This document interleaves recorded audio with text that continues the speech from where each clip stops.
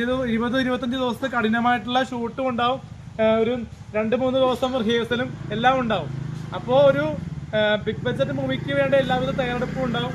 ഇതിൽ പാടുന്നത് new comers ആയിരിക്കും, പുതിയ ആൾക്കാരെ എടുക്കുന്നുണ്ട്.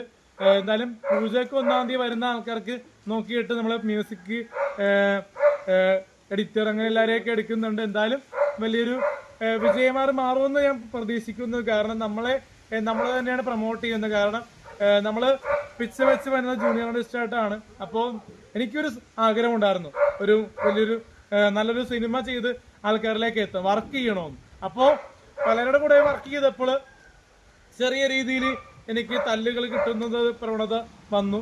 അപ്പൊ അത് കാരണം ഞാൻ ഒരുപാട് ചിന്തിച്ചു, ഒരുപാട് ആലോചിച്ചു. അപ്പൊ പെട്ടെന്ന് എനിക്ക് മനസ്സിലെടുത്ത ഒരു ആശയമാണ്, എന്തുകൊണ്ട് ഇപ്പൊ ഇത്രയും റീച്ച് ഉണ്ട്, ഫെയിം ഉണ്ട്,